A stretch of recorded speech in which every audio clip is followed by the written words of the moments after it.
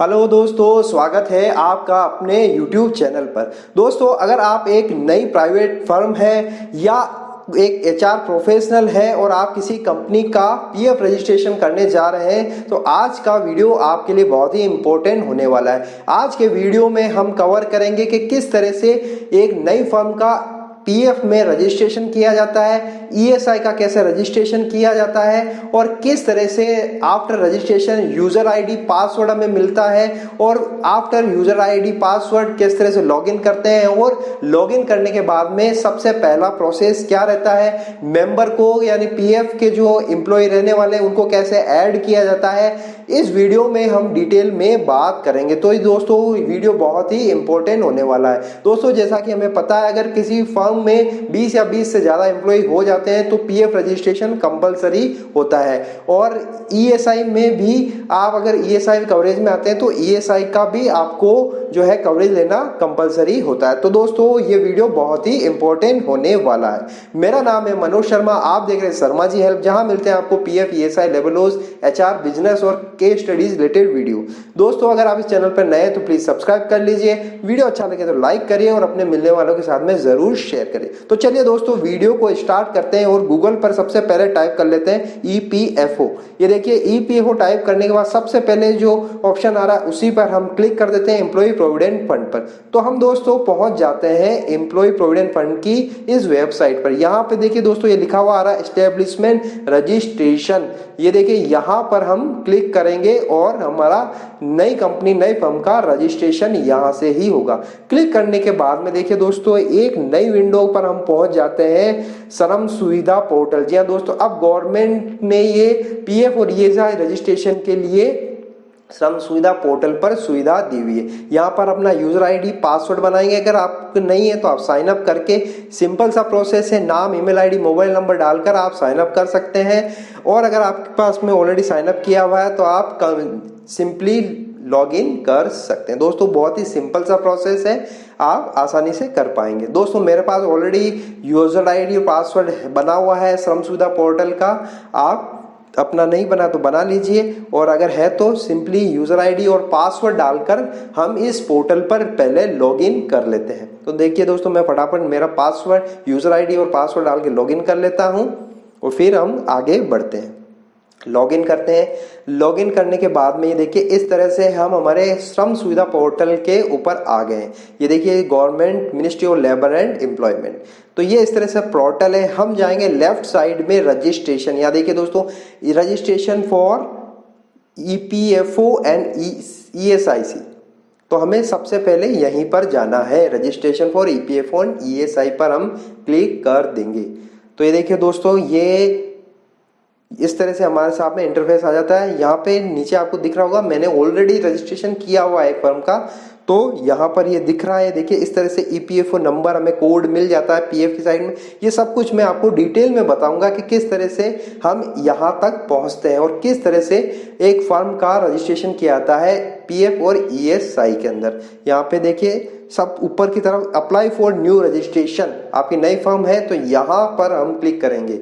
देखिए दोस्तों apply for new registration click करते ही इस तरह से हमारे साथ में विंडो आ गई, लिस्ट ऑफ एक्ट। अब यहाँ पे दोनों ही दिए हुए हैं, ESI भी है और PF भी। अब अपने ऊपर डिपेंड है कि अपन दोनों लेना चाह रहे हैं या फिर केवल PF का रजिस्ट्रेशन करना चाह रहे हैं। दोस्तों बहुत सी जगह क्या होता है कि ESI का रजिस्ट्रेशन उस एरिया में वो आती नहीं है फर्म, तो ESI की जगह वो WC पॉलिसी ले लेते हैं। लेकिन आज के इस वीडियो में मैं आपको दोनों ही करके बताऊंगा, दोनों ही समझा दूंगा कि ESIC और PF किस तरह से रजिस्ट्रेशन किया। दोनों ही कॉमन है, कोई ज्यादा इसमें डिफरेंस नहीं आएगा, लगभग चीजें दोनों के लिए समान ही होता है। बस ESI के लिए कुछ एडिशनल इंफॉर्मेशन यहाँ पर मांगी जाती है। तो चलिए सबमिट पर क्लिक करते हैं। सबमिट पर क्लिक करेंगे, पहले देख लेते हैं यहाँ पर PF ESI ये इस तरह से अपन सेलेक्ट करते हैं, सबमिट पर क्लिक कर देते हैं। प्रोसेस हो रहा है, थोड़ा सा टाइम लग रहा है, मैं आपको लाइव ही करके बता रहा हूँ। देखिए दोस्तों सिंपल से प्रोसेस, ज़्यादा कुछ बड़ी बात नहीं है इसमें। यहाँ पे देखिए सबसे पहले स्टेप डिटेल डालनी होती है, फिर कॉन्टैक्ट क्या है वो डालने होते हैं, identifier, employ detail, branch, division, activities, attachment, ये छोटे छोटे से प्रोसेस है जो आपको करने पड़ेंगे। तो सबसे पहला जो हमें डालना है, establishment name as per PAN. आपकी जो भी प्राइवेट लिमिटेड कंपनी है उसका जो पैन कार्ड बना हुआ होगा वो ही नाम आपको यहाँ पर डालना है। अगर प्रोप्राइटर फर्म है तो पैन की आवश्यकता नहीं है, जो भी आपने फर्म का रजिस्ट्रेशन करवाया जिस भी नाम से वो आप यहाँ पर डाल दें। दोस्तों ये ध्यान रखिएगा नाम बिल्कुल करेक्ट हो, जो पैन नंबर में लिखा है वही नाम यहाँ पर आप लिखें। अगर प्राइवेट पूरा लिखा है तो प्राइवेट पूरा लिखें। अब नीचे आते हैं तो यहाँ पे आपको एड्रेस डालना होगा। आपने अगर किसी फर्म का रजिस्ट्रेशन करवाया होगा तो कोई आपको डॉक्यूमेंट मिला होगा, चाहे उद्योग आधार से मिला हो या जीएसटी सर्टिफिकेट आपने लिया होगा जीएसटी का, तो वहाँ पर सारी डिटेल आपको मिल जाएगी। और मोस्टली आपको जीएसटी का सर्टिफिकेट अगर आपने लिया हो तो भी यहाँ पर आप पूरा रजिस्ट्रेशन कर पाएंगे। यहाँ पे देखिए जो रेड कलर में है वो तो कंपलसरी है, वो फिल करना अनिवार्य है। सिंपल से है दोस्तों, कोई हार्ड इसमें नहीं है, कोई टफ ऐसी चीज नहीं है जो आप नहीं कर पाओगे। सिंपली जो जो दिया हुआ है वो हमें डाल लेना। सेटअप डेट, जो वहाँ पर आपने सेटअप डेट जिस दिन से आपने काम शुरू किया है वो यहाँ पर आ जाएगी। अब यहाँ पे स्टेब्लिश कैटेगरी क्या है वो आप सेलेक्ट करें। दोस्तों फैक्ट्री है, माइन है, जो भी आपका है, कमर्शियल कुछ भी नहीं है आपकी किसी कैटेगरी में तो अदर्स आप लिख सकते हैं। अब ऑनरशिप क्या है, प्राइवेट लिमिटेड कंपनी है, प्रोप्राइटर फर्म है, लिमिटेड कंपनी है, जो भी है आप अपने कंपनी के हिसाब से यहाँ पर आप सेलेक्ट कर लीजिएगा।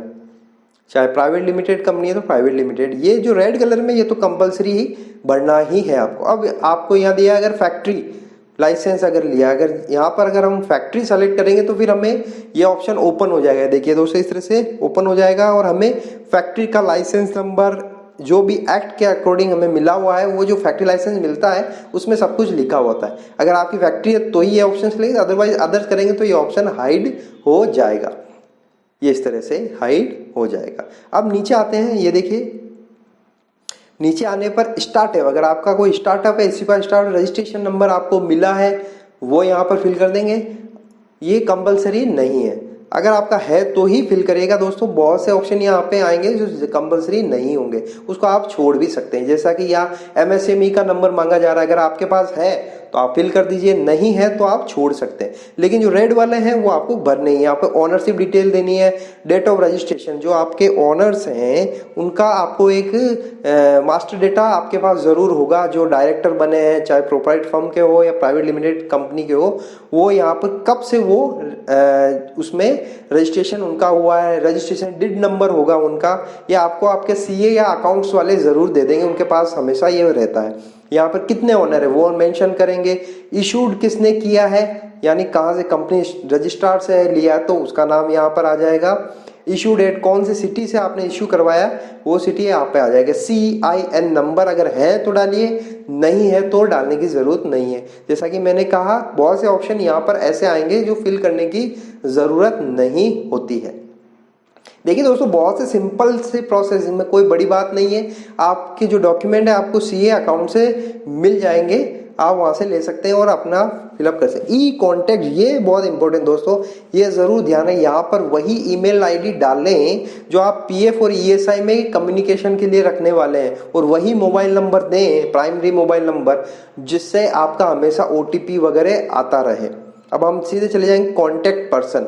यहाँ पे दोस्तों हमें सबसे पहले वो डिटेल लानी है, प्राइमरी मैनेजर कौन रहने वाला है, यानी कि जो फर्म या कंपनी को जो देख रहा है उसका नाम यहाँ पर आएगा, जेंडर, डेट ऑफ बर्थ, उसके फादर का नाम, date of which in position, कब से डेट ऑफ ज्वाइनिंग आज, डेजिग्नेशन है, पैन नंबर उनका डालना है, और उनका आधार के हिसाब से जो भी एड्रेस है वो यहाँ डाल देंगे, उनकी ईमेल आईडी और मोबाइल नंबर भी डाल देंगे।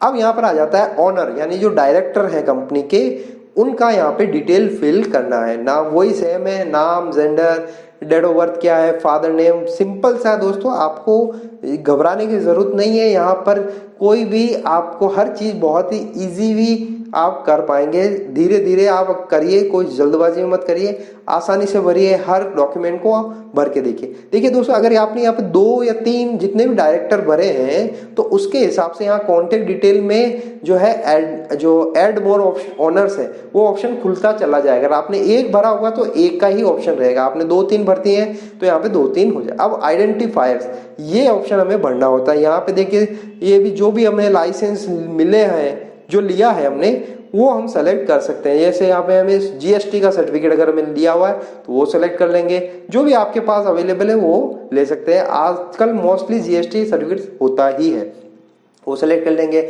वैल्यू यानी कि नंबर क्या है, आइडेंटिफायर नेम एज पर यानी कंपनी का नाम ही आएगा, डेट ऑफ इशू कब हुआ है, ऑथोरिटी, इशू डेट, प्लेस, वो सब कुछ यहाँ पर फिल करना है।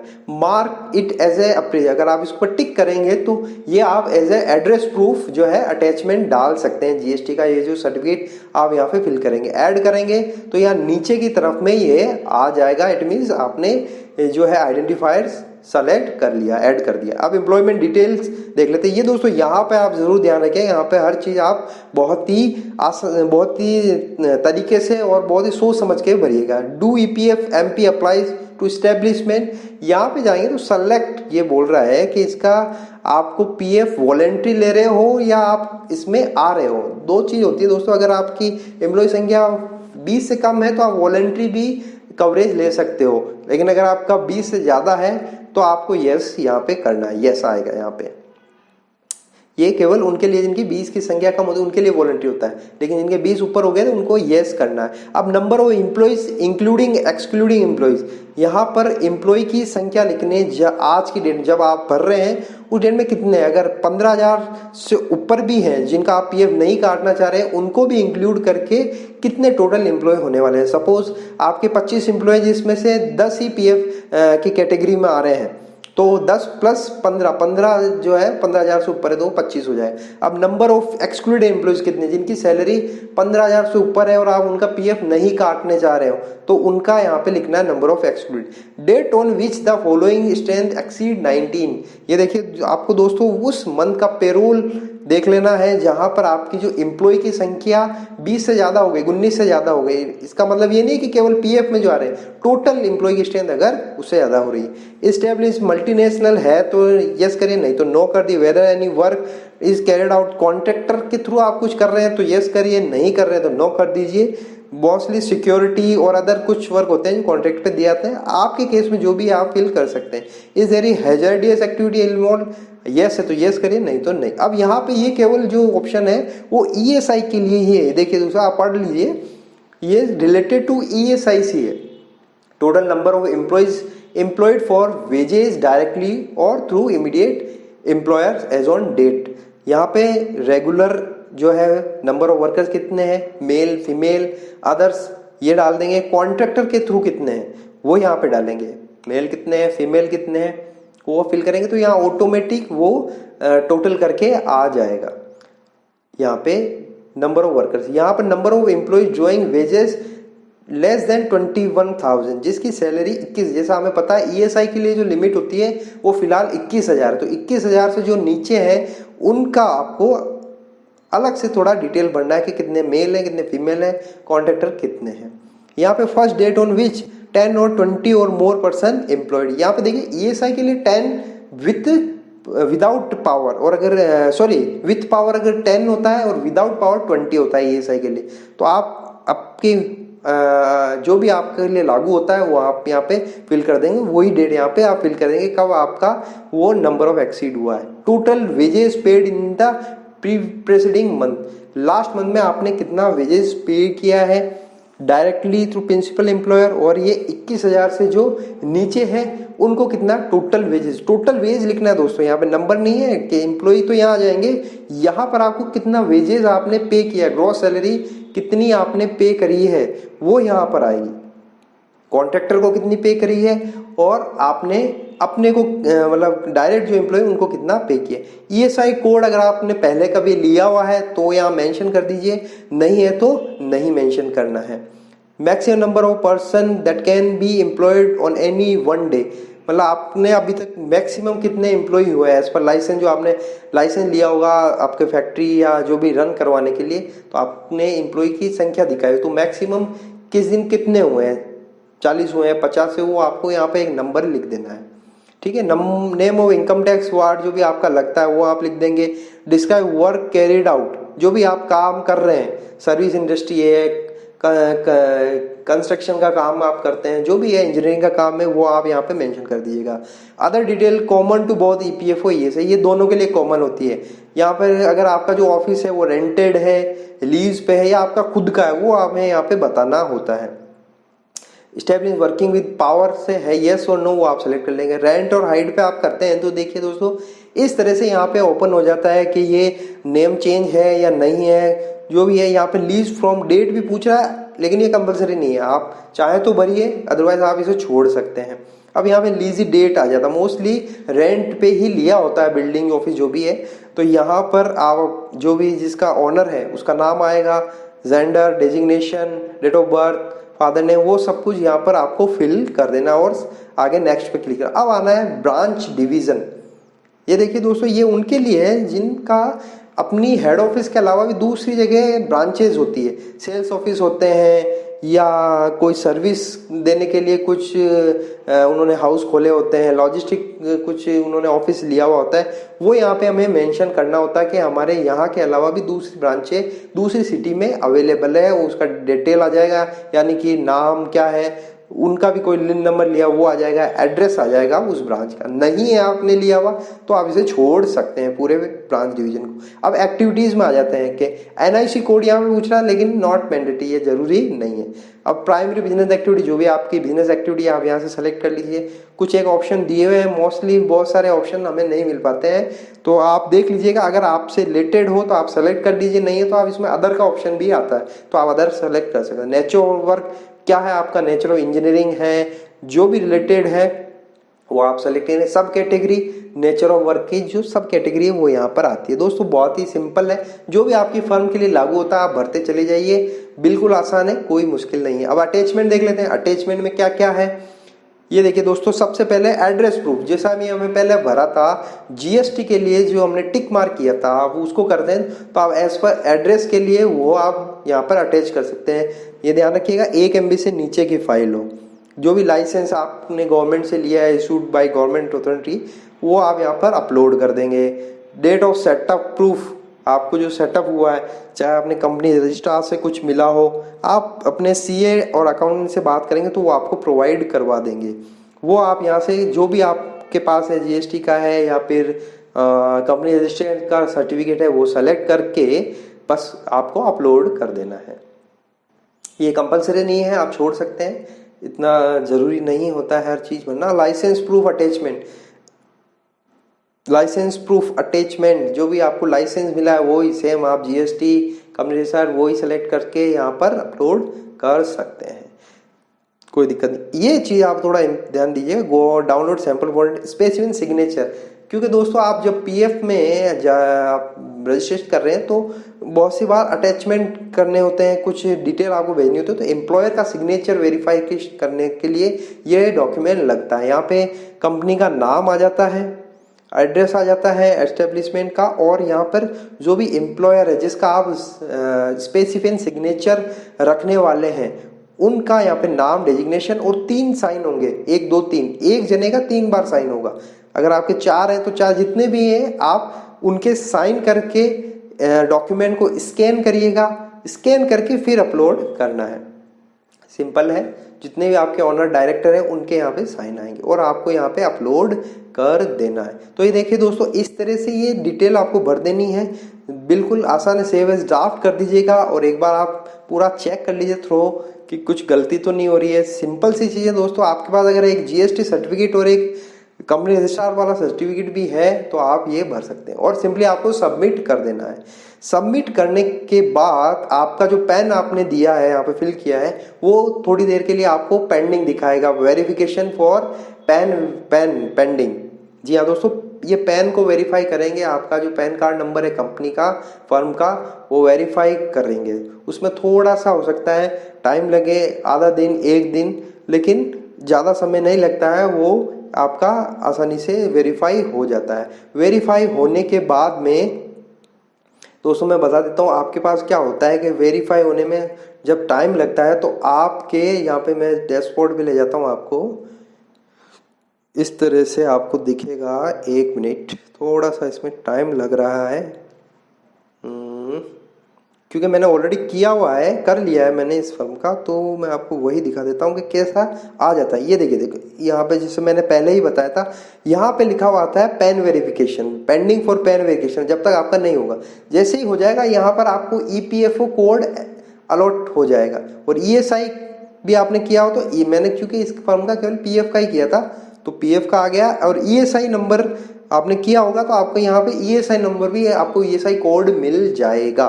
तो यहाँ पे देखिए दोस्तों, अब आपको EPFO नंबर मिल गया। अब क्या करेंगे दोस्तों, EPFO नंबर जो है वो ही यूज़र ID है। मैं आपको बता देता हूँ। इसके बाद में क्या होता है, आपके जो कंपनी में जो आपने प्राइवेट नंबर दिए हैं ओनर के नंबर, ध्यान रखिएगा, उस पर मैसेज चला जाता है, कोड आ जाता है। यहाँ पे देखिए, इसके बाद सेकंड प्रोसेस होता है कि भाई हमें लॉग इन करना है एम्प्लॉय का रजिस्ट्रेशन का। तो ये कहाँ से आएगा, ये क्या होता है, आपका जो आपने नंबर दिया है वहाँ पे चला जाता है। ये कोड तो यूज़र ID हो गया, यूज़र नेम हो गया। पासवर्ड कहाँ से मिलेगा, इसके लिए आप क्या करो, फॉरगेट पासवर्ड कर दीजिएगा, फॉरगेट पासवर्ड। जी हाँ, फॉरगेट पासवर्ड करने के बाद में वही लॉगिन नेम, यानी जो आपको कोड मिल गया है PF का, वो कोड यहाँ डाल देंगे। ESI के लिए ESI आ जाएगा, वही जो आपका स्टेट है सेलेक्ट ऑफिस कर लीजिएगा। कोड जो आपको मिला ये वाला कोड, वो कोड फिल कर दीजिए, एक्सटेंशन फिल कर दीजिए, और जो रजिस्टर्ड मोबाइल नंबर आपने दिया है वो डाल दीजिए, कैप्चा डाल दीजिए और जनरेट OTP। ये करके आप अपना नया पासवर्ड बना लीजिए। ये बहुत ही सिंपल है, कोई बड़ी बात नहीं। फॉरगेट पासवर्ड करेंगे तो आपको एक लिंक मिल जाएगा, उसके थ्रू आप नया पासवर्ड जनरेट कर सकते हैं। ये होने के बाद में बस हमें क्या है, यूजर नेम में वही हमें जो PF का कोड मिला है वो कोड डाल देंगे, जो भी आपका कोड है वो आप डालोगे। मैं यहाँ पे लॉगिन करके बता देता हूँ कि रजिस्ट्रेशन हो गया है अपना, हमें हमारा कोड मिल चुका है। कोड मिलने के बाद में हमें पासवर्ड भी जनरेट कर लिया, फॉरगेट पासवर्ड कर जो भी हमें मोबाइल हमने दिया था उस पर फॉरगेट पासवर्ड करके पासवर्ड जनरेट कर लिया, साइन इन कर देंगे बस। ये देखिए दोस्तों, इस तरह से हम हमारे पोर्टल पे आ चुके हैं, हमारा PF रजिस्ट्रेशन हो चुका है, फर्म का, कंपनी का हो चुका है। अब क्या करते हैं, मेंबर को भी हमें ऐड करते जाना है। जितने भी हमारे PF में मेंबर शामिल होने वाले हैं, चाहे 10 है 15 है, जितने भी हैं आपको ऐड करते हैं। बल्क में भी कर सकते हो, बल्क में एक सीट बनानी होगी, थोड़ा लेंदी है, लेकिन मैं आपको पर्सनली बोलूँगा अगर आपकी अभी कम फर्म छोटी है तो एक एक करके करते जाइए, ताकि आप भी सीखेंगे। और इसमें यहाँ पे देखिए दोस्तों, इस तरह से आ जाता है नो यस। अगर आपको पहले किसी PF मेंबर का UN नंबर आपको पता है, उसने दिया है, फॉर्म 11 भरना होता है उसके लिए, वो आप फिल करके वेरीफाई करेंगे, आपके सामने डिटेल आ जाएगी, आपको बस सबमिट कर देना और आगे बढ़ना है। उसमें फिर डेट ऑफ ज्वाइनिंग डालना। अगर नहीं है, नया है, बिल्कुल फ्रेश एम्प्लॉय तो नो करेंगे, नाम डालेंगे। ये सब कुछ डिटेल दोस्तों एज पर आधार होनी है। अभी आपको पता है PF में 100% कंपलसरी आधार डिटेल हो गई, एज पर आधार हर चीज। स्पेलिंग में बिल्कुल करेक्शन नहीं होना चाहिए, जो जो आधार में फिल है डेटा वो आपको डालना है। डेट ऑफ ज्वाइनिंग डाल देंगे, जो भी जिस डेट ऑफ ज्वाइनिंग से उसने ज्वाइन किया वो डाल देंगे, जो ड्रॉन वेजेस हैं वो डाल देंगे, और आधार नंबर ये तो मस्ट है, आधार नंबर डाल देंगे। और डॉक्यूमेंट के हिसाब से जो नाम है आधार के हिसाब से वो यहाँ पर आएगा बस। पैन है तो डालिए, पासवर्ड है तो डालिए, कुछ ज़रूरी नहीं। सेव करेंगे तो दोस्तों आपके पास में 2 ऑप्शन आएंगे, या अगर आधार के हिसाब से डिटेल पूरी पक्की है तो मेंबर रिकॉर्ड सक्सेसफुली आ जाएगा, और नीचे की तरफ यहाँ पे देखिए member detail pending for approval, यहाँ पे वो दिखाने लग जाएगा। अगर आधार के हिसाब से डेटा मैच नहीं हुआ तो यहाँ पे आपको डेटा मिसमैच का एक रेड कलर का मैसेज आएगा कि भाई डेटा मैच नहीं हो रहा है। तो आपको फिर से आधार चेक कर लेना है कि भाई डेटा मैच क्यों नहीं हो रहा है, कहाँ पे गलती है। ये होने के बाद में आपको चले जाना है अप्रूवल्स में। जितने भी आप ऐड करोगे अप्रूवल्स में यहाँ दिखाएगा, यहाँ नहीं दिखा रहा, मैंने सबको अप्रूव कर दिया है। यहाँ पे आपको पेंडिंग दिखाएगा, आप बस अप्रूव पे क्लिक करेंगे।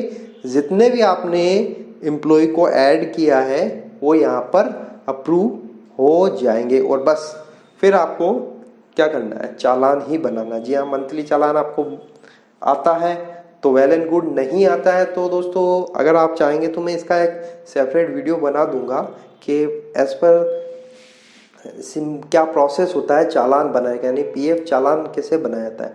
मैं आपको बेसिक बता देता हूँ। पेमेंट में जाकर ECR यहाँ पे जाएंगे, अपलोड ECR अपलोड, यहाँ पे क्लिक करते हैं। और ये मैंने ऑलरेडी किया हुआ है। तो ECR फाइल अपलोड, ये इस पे ऑप्शन में देखिए दोस्तों, इस तरह से हमारे सामने ऑप्शन आता है। वेज किस मंथ का है, सैलरी डिसमेंटमेंट डेट क्या है वो डाल देंगे। सेलेक्ट फाइल, ये फाइल बनानी होती है। अगर आपको नहीं आता है तो मैं एक वीडियो बना दूंगा, उसमें किस तरह से ये फाइल बनानी होती है, टेक्स्ट फाइल वो दिखाई जाती है, वो ही हमें अपलोड करनी होती है। तो वो मैं यहाँ पे करके बता दूंगा। सिंपली आप अपलोड कर देंगे, चालान जनरेट हो जाएगा और आपका PF का काम चालू हो जाएगा। तो आई होप दोस्तों आपको इस वीडियो से जानकारी मिल गई होगी किस तरह से अपने फर्म का PF और ESI में रजिस्ट्रेशन करते हैं और किस तरह से हम आगे बढ़ते हैं। तो आई होप दोस्तों आपको ये जानकारी पसंद आई होगी। ज़्यादा से ज़्यादा वीडियो को ज़रूर लाइक कर दिए, अपने मिलने वालों के साथ में शेयर कर दिए, चैनल को सब्सक्राइब करना ना भूलिए। तो दोस्तों फिर मिलते हैं, थैंक यू वेरी मच।